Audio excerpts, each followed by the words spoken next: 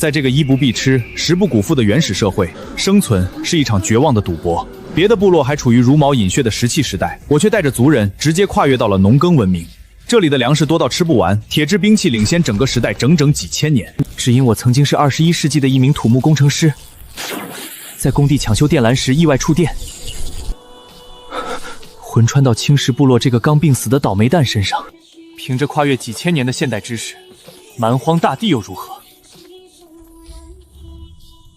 我要在这里建起一座最繁华的城，缔造一个全新的原始文明。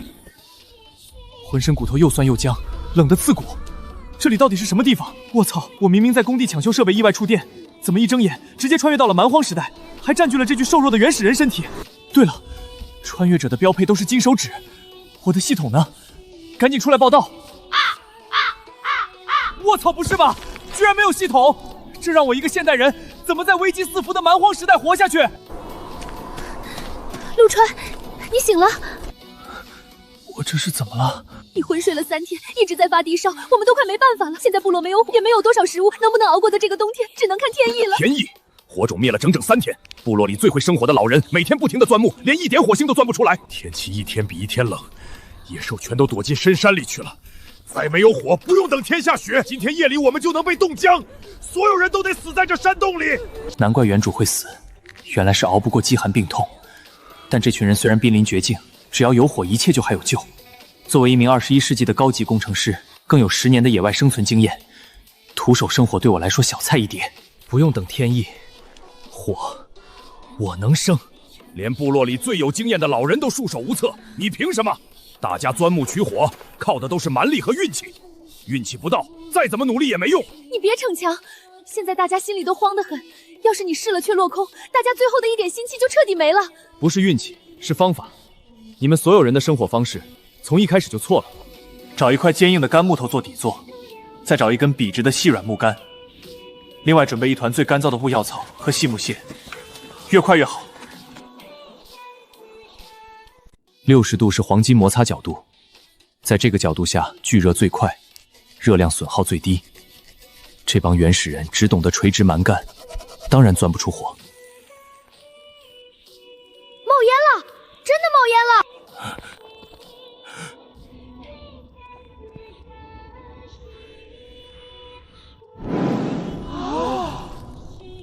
火，我们真的有火了。从今天起，青石部落永不缺火，不再受冻。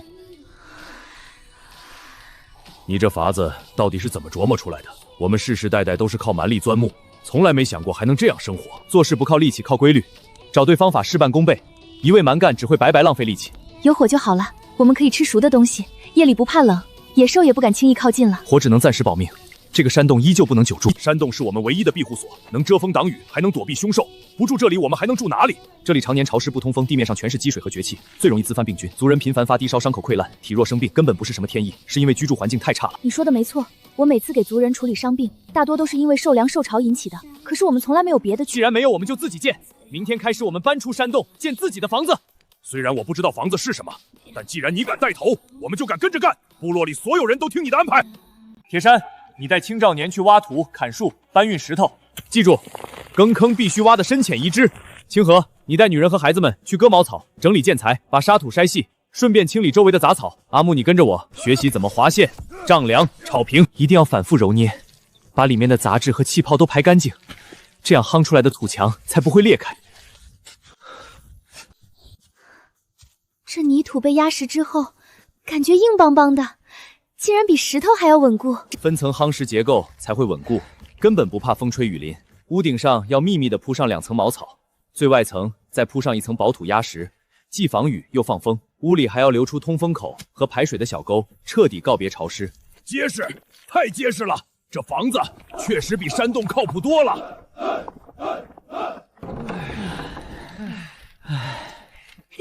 不冷，一点也不湿，太舒服了！我们真的有新房子了。我们终于不用再蜷缩在阴冷的山洞里等死了。从今天起，青石部落正式安居，不再学居求生。房子和火堆都有了，可猎物是越来越难抓了。山里天冷，野兽都躲起来了。要是再没有肉吃，老人和孩子怕是撑不过这个冬天。外面的野果和野菜也快摘光了，可进山打猎太危险了，部落现在真的经不起伤亡了。不用进山搏命拼杀，我们也能拿到足够的肉。不进山和野兽厮杀，肉就能自己跑来。荒野的野兽精得很，怎么可能主动送上门？野兽不会主动送上门，但它们有固定的行走和饮水路线，我们不靠人力去追，而是利用地形，在他们的必经之路上设下陷阱，坐等他们上钩。陆川大哥，陷阱真的能抓到野兽吗？当然可以，不用流血，不用冒险，我们要以巧取胜。这3条是野兽必经的兽道，我们就在这里动手，把陷阱挖成倒梯形，坑壁往里面倾斜。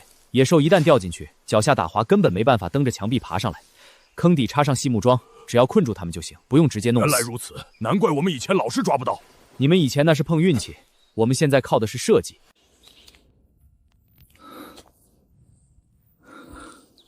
好了，大功告成，现在回部落等着。就这么简单弄弄，真能困住那些凶狠的家伙？傍晚，自有答案。有动静，山里有动静，抓到猎物了！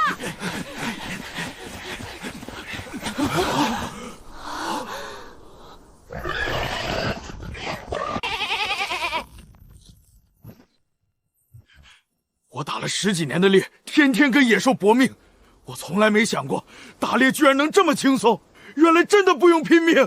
太好了，有了这些肉，族人们这个冬天再也不用挨饿了。以后这就是我们的常态，不靠拿命去换食物，要靠智慧安稳的生存。有火，有新房子，还有吃不完的肉，咱们青石部落总算是熬出头了。这个冬天肯定能稳稳坦坦的过去。陷阱捕猎只能用来应急，靠山里的野兽过日子，终究不是长久之计。等到了冬天大雪封山，陷阱会被厚雪覆盖，野兽也会彻底绝迹，到时候我们依旧要挨饿。那我们还能怎么办？掌控不了自然，我们就自己创造粮食。捕猎和采摘说到底都是靠天吃饭，要想让部落世世代代安稳下去，唯一的出路就是开荒种田。种田，地里的草也能变成粮食，那荒地里的杂草怎么能养活我们这么多人？这是椰素，很适合当做主食。它如今颗粒细小，是因为野生无人照料，只要优选良种，垦田耕种，浇水施肥，就能收获大量粮食。这颗粒也太小了，真的能够当主食？一代代的选育精心耕种，它的颗粒就会越来越大，产量也不断提高。有了充足粮食，我们便不再畏惧寒冬与饥荒，彻底告别靠天吃饭的生活。就在这里开荒，这里向阳，土质肥沃，旁边有水，排水也方便，是最好的良田。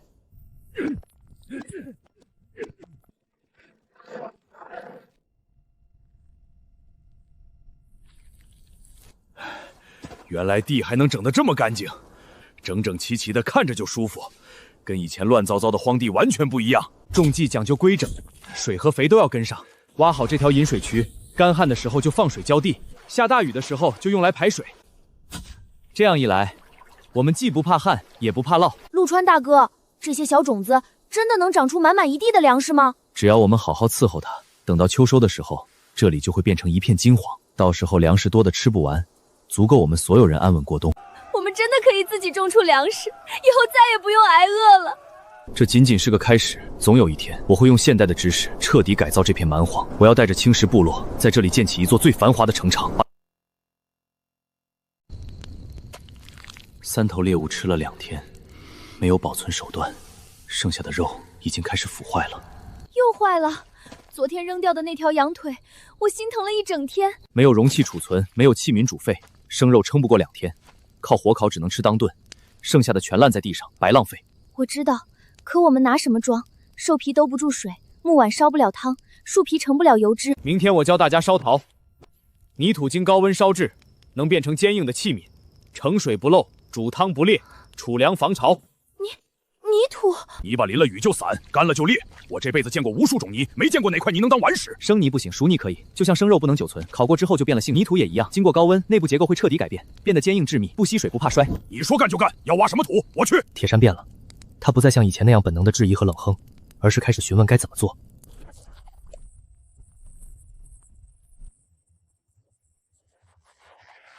质地绵密，几乎没有沙粒杂质，湿度适中，手感极好。就是这种纯净粘土，颗粒细，可塑性强，是最好的制陶原料。铁山，让人挖2筐回去。快去！纯粘土烧制容易开裂，掺入细沙增加骨料，热胀等缩时不易爆裂。沙不能多，多了松散不成形，也不能少，少了烧出来全是裂纹。3分沙7成土刚好。底厚壁薄，受热均匀，口沿外泛，方便倾倒。腹部圆鼓，容量最大化。这就是最基础的主食罐。点火。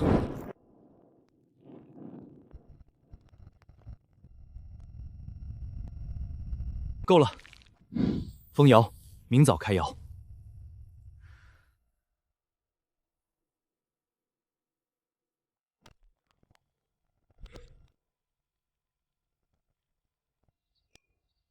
去盛水试试。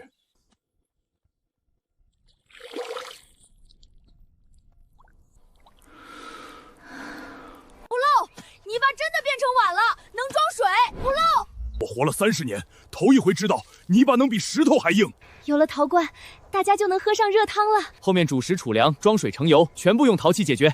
昨天巡查陷阱时，那条野兽踩出的兽道旁，多了一串不属于我们部落的脚印，步幅短粗密集，像是一群人在小心翼翼地行走，方向正是朝着我们这里。铁山，今天开始村寨外围加设3道暗哨，日夜轮换。出什么事了？可能没事，也可能有人在靠近我们。警戒的暗哨悄无声息地射了3天，到了第4天凌晨，天色未明，南边松林有动静。那里至少7、8个，我带人冲过去，先制住再说。不急，他们不是来打仗的。你怎么知道？夜袭才是最佳时机，他们在那儿蹲到了天亮，说明在犹豫，在观望。而且你看最左边那个，身形太小，是孩子，哪有带孩子来偷袭的？藏着的人出来吧，我们已经看到你们了。我们不是来抢东西的，我是溪谷部落的长者燕博，我们部落没了。怎么没的？半月前山洪冲了我们的洞穴，存的食物全毁，火种也灭了。我们往南走，想找新的山洞，走了7天，饿死了3个人。2天前夜里，我们看到了你们的火光，还有房子。活了5从没见过有人能在野地里建出遮风挡雨的屋子。我们不敢贸然过来，怕你们把我们当敌人。陆川，我们自己才30几口人，粮食也不算富裕，收留他们。我知道你想说什么，多10几张嘴要养，对不？陷阱1天能抓几头猎物？2、3头不在话下。田里再多开2亩，能不能种？人手不够，这不就是了？我们缺的不是粮食人，田要人种，陶要人烧，房子要人建，哨要人站。30个人干的活，45个人干，每个人都轻松一截。如果你们愿意留下，就是我们的族人，但规矩还是要守的。进了罪再统一听从安排，出力干活按劳分时，不搞特殊。能接受现在就跟我走。愿听安排。溪谷部落的人，从今往后就是青石部落的人。不用跪，进村先吃饭。清河，阿木去烧热水，把昨天的骨汤热上，再拿几块干肉出来，孩子先吃。我去多巡一圈。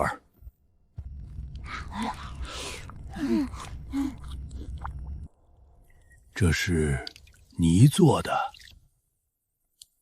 陶器，我们自己烧的。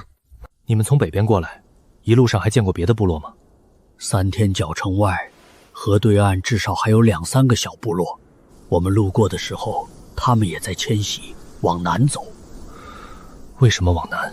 北边今年冬天来得太早，第1场雪已经下了，雪一下什么都没了，他们撑不过去的。那就多建几间房子。严伯，你在溪谷部落管了30年的人，从今起，你负责腹中协调所有人的人日常事务。谁跟谁搭伙干活，谁跟谁合不来，你来调。我干得了。你们身体还没恢复，重活先不碰。从今天起，跟阿木师学陶，等缓过来了，再干建筑和开荒的活。我以前是猎手。很好，等你身体恢复后，我让铁山带你去布置陷阱。但是现在去搬陶泥，20斤搬得动1筐，搬不动就搓泥条。新的秩序迅速建立。燕伯凭借经验，很快平息了新老族人之间的几场小争吵。然而，大自然的考验却毫无征兆地降临了。早霜，田里的素苗才出筒1寸，根系太浅，如果冻到天亮，幼苗会全部死光，这半个月的开荒就全白费了。快起来，田里要出事！什么情况？早霜，苗要冻死，叫所有人现在马上到田里集合！全部起来，田里要出事了！铁山带一部分人去砍些松枝回来，越多越好，直接扛回来铺在苗笼上。青豪带妇女去取干草、旧兽皮，能盖的全拿来盖上。阿木带剩下的人沿田边点火堆，间距10步一堆，浓烟越大越好。烟有什么用？烟雾能拦住地面热量散失，给幼苗多撑2个时辰。快去！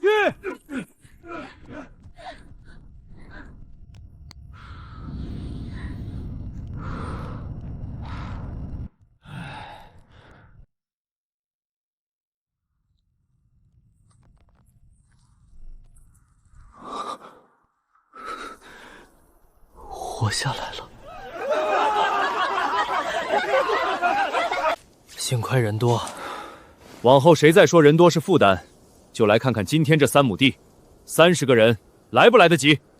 危机过后，村赵迎来了短暂的平静，但北方的威胁却以另一种方式逼近。下午，陆川站在高坡上眺望北方，间距均匀规律，这不是山火，是人的篝火，而且最近的那一处，距离我们已经不超过2天的脚程了。果然，第2天的午后，南面松林的暗哨便传回了紧急警报。高坡上，一支20多人的队伍正沿着兽道朝山寨直线推进。队伍里大部分是壮年男人，走得快，阵型松散，但有章法，是常年在野外跑的猎手。领头那个块头不小，腰上挂着古刀，带武器，说明不是来讨饭的，那是来抢的。不一定，如果要抢，不会大白天正面走过来，带着武器走正路，更像是亮身份摆姿势。什么意思？觉得自己强，想居高临下跟我们谈条件。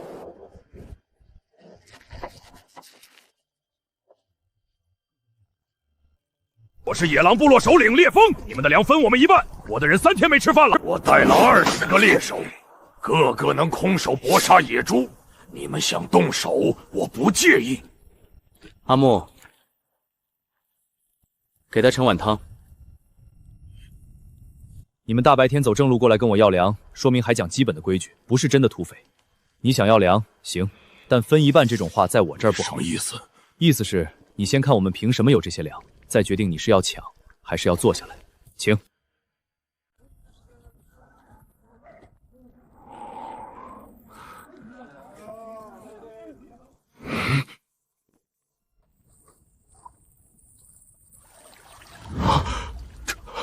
是你们种的？对，我们不只靠打猎，我们种粮食。陷阱每天稳定出猎物，田地到秋天收粮食。再过2个月，这3亩地的收成够50-60人吃半年。你想抢我的粮，能抢1顿2顿，抢不了一辈子。我给你另一条路，留出来跟我们一样干活吃饭。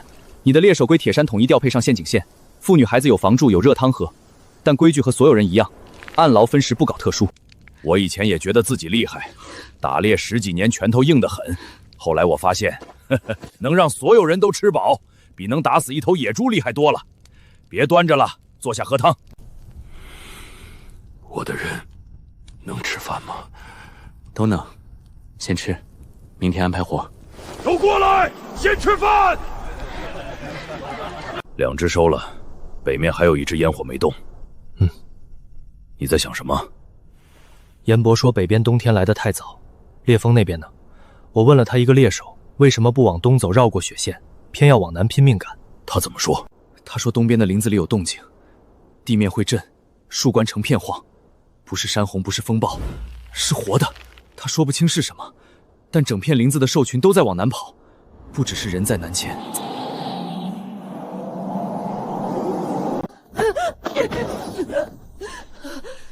有人来了，但不对劲，他们在跑。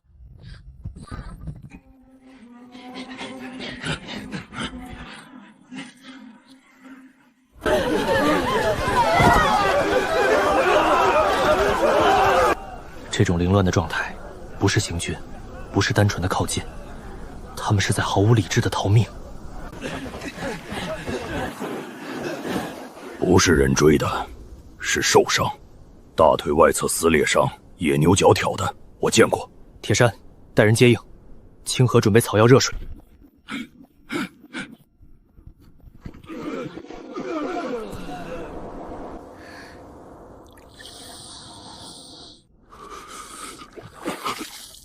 牛群几百头往南冲。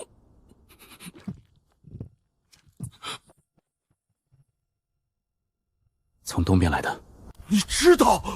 听说了，具体什么情况，慢慢说。我们部落在东面2天脚程的位置，靠着一片矮丘扎营。5天前夜里，地开始震，起初以为是山崩，跑出去一看，黑压一片，全是野牛，几百头挤在一起往南冲，什么都拦不住，挡在前面的树直接被撞断。我们营地的围栏跟纸糊的一样。一头狂化野牛的死顶冲击力有多恐怖，我最清楚。几百头排在一起平推过来，那绝对是灾难。跑不赢，我们部落27个人，跑出来14个，剩下的……牛群现在的方向偏南偏西，速度不算快。牛群会停下来吃草喝水，但不会停太久。按他们走的路线，最多4天经过这里。4天，几百头大妖牛，硬拼不了，跑又能跑到哪儿去？苗田房子全完了。不跑，不跑。牛群不是洪水，它有惯性，有方向，它不会专门拐弯来冲我们，除非我们正好挡在它的路上。村寨在这儿，牛群路线偏东南，从这个方向过来。如果我们在村寨东侧挖一道壕沟，沟外立尖桩，牛群冲到跟前会本能避开，他们不会跳沟，不会去踩尖桩，会绕。挖沟多深？2步宽1步半深，够了。大角牛肩高5尺，前提要踏稳才敢跑。面前突然出现一道2步宽的深沟，他刹不住就摔，后面的会跟着拐。逼他改道。对，不是拦，是引。壕沟不用围一整圈，只需要挡住东南方来路。弧形2端延伸到河沟和松林边缘。牛群到了跟前，左边是沟，右边是密林，只能从南边绕过去。4天时间，82个人轮班挖，能不能挖出100步长2步宽的壕沟？能！我的人全上！赤岭的人也上。铁山带第1组30人，负责主沟段；烈风带第2组20人，负责南延伸段和尖桩制作。严博协调后勤，保证轮班不断人，水和食物跟上。清河带妇女和孩子把所有陶器、粮食、种子转移到北面石壁下的高处，万一壕沟没挡住，东西不能毁在原地。阿木跟我去定线放放。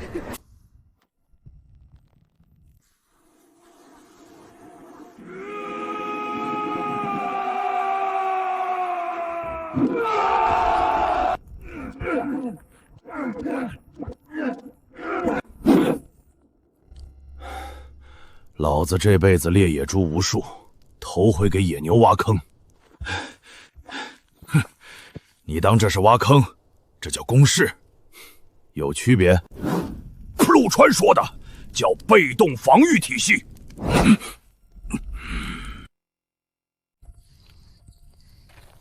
壕沟已经挖了近40步，进度比预期快。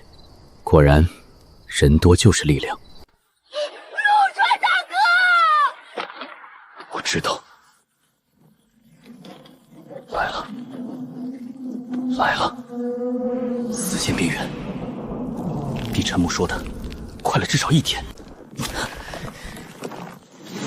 震动密集，持续，绝对不是几头牛能制造出来的动静。还有多远？震感这个强度，30里以内，按牛群迁徙速度，明天午后到。原本4天的工期，现在缩成了不到1天。壕沟才挖了40步，连一半都没到。工地上工期被甲方砍掉一半的事，我经历过不止一次。方法只有一个，看需求保核心段。铁山、烈风，所有人起来！提前了。明天午后，110步挖不完了，放弃2端延伸段，所有人集中到中间核心60步，沟深加半尺，外沿尖桩密度翻倍，牛群宽度撑死40步。只要核心段把正面兜住，两翼它自己会散。我去救人。我那20个人全拉上来，不轮班了，挖到天亮。去。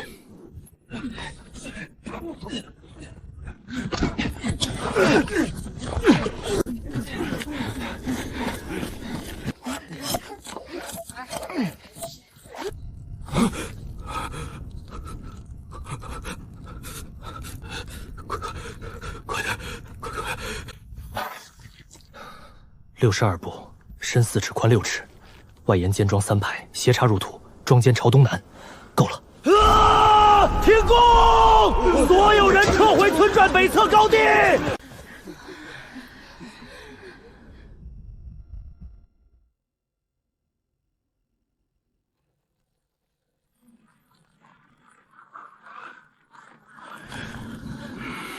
来了，不知几百头。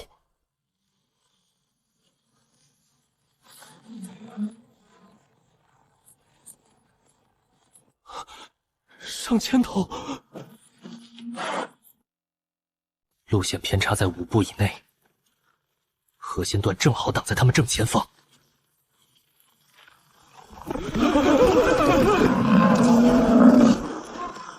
300步，200步，100米。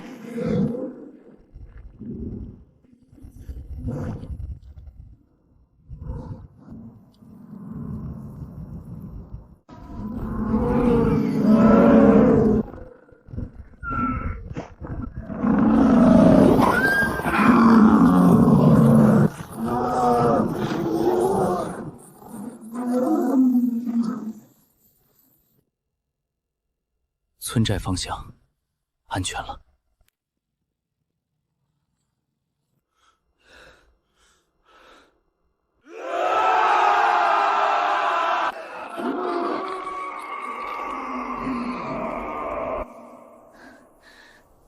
头没塌，桩没断，这62步的防线扛住了上千头野牛的正面冲击。工程师这辈子最有成就感的瞬间，从来不是图纸画完的那一刻，而是验收通过。等等。那块泥土的颜色不对，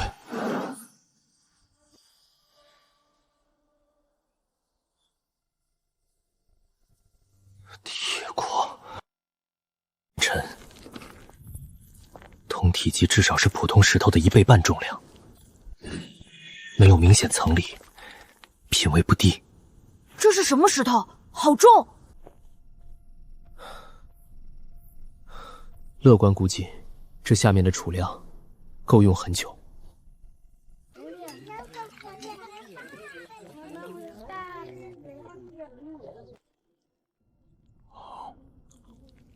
这是什么？铁。这东西比骨头硬10倍，比石头韧10倍，能做刀，能做斧子，能做犁地的铲子。做出来的刀砍木头跟切肉一样，做出来的铲子一下能挖半筐土。比骨刀还硬。骨刀在他面前跟草棍没区别。这东西直接磨个尖就能当刀？不行，得烧。高温把铁从石头里溶出来，再锻打成型。需要多高的温度？比烧陶的火高3倍。陶窑最高能烧到什么程度？不够，得建新炉子。比陶窑高，比陶窑封闭，还得有风道往里鼓气，火不够猛，温度上不去。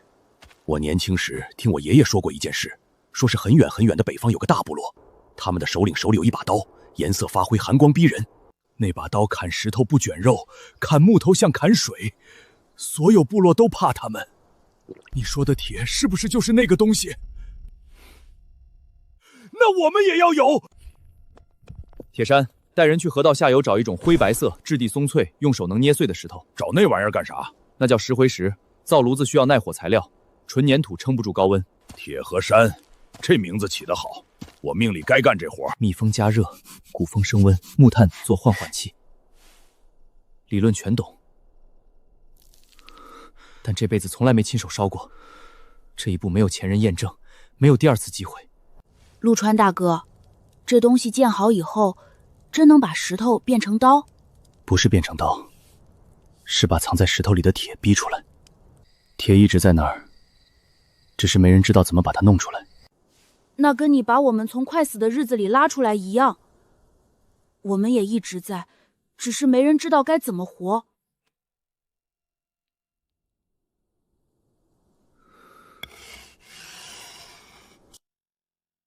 地面会震，树冠成片黄，不是山洪，不是风暴，是活的。上千头大角牛被赶出来，到底是什么东西？暂时没有震动，得快。不管东边的东西是什么，等它到的时候，我手里不能只有木矛和骨铲，我需要铁。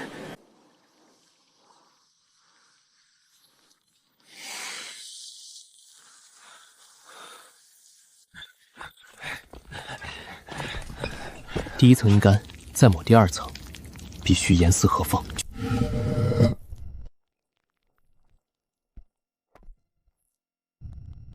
向地火创世入点，就看这些祝融剂了。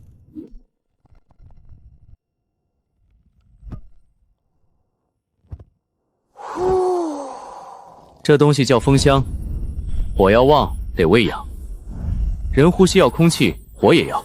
我是。行，到时候你负责前半程。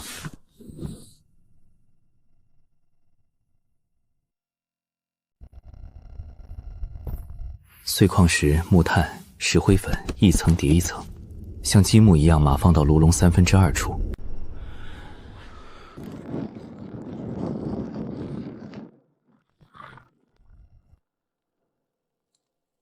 古风，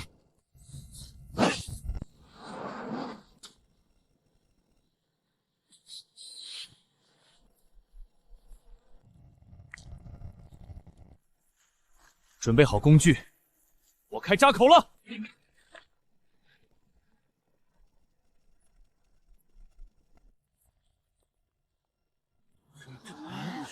这就是铁。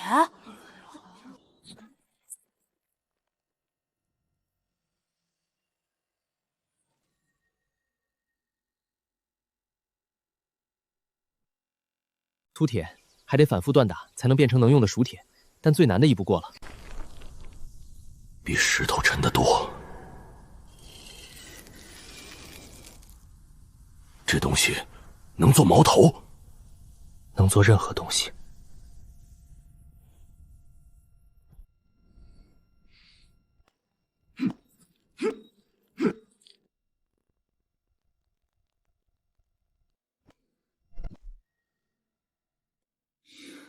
我们的时代开始了。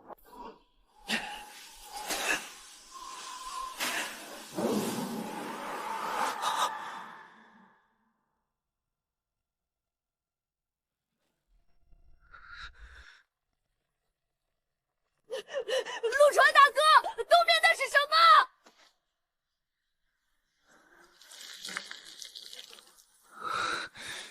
来不及了，得更快。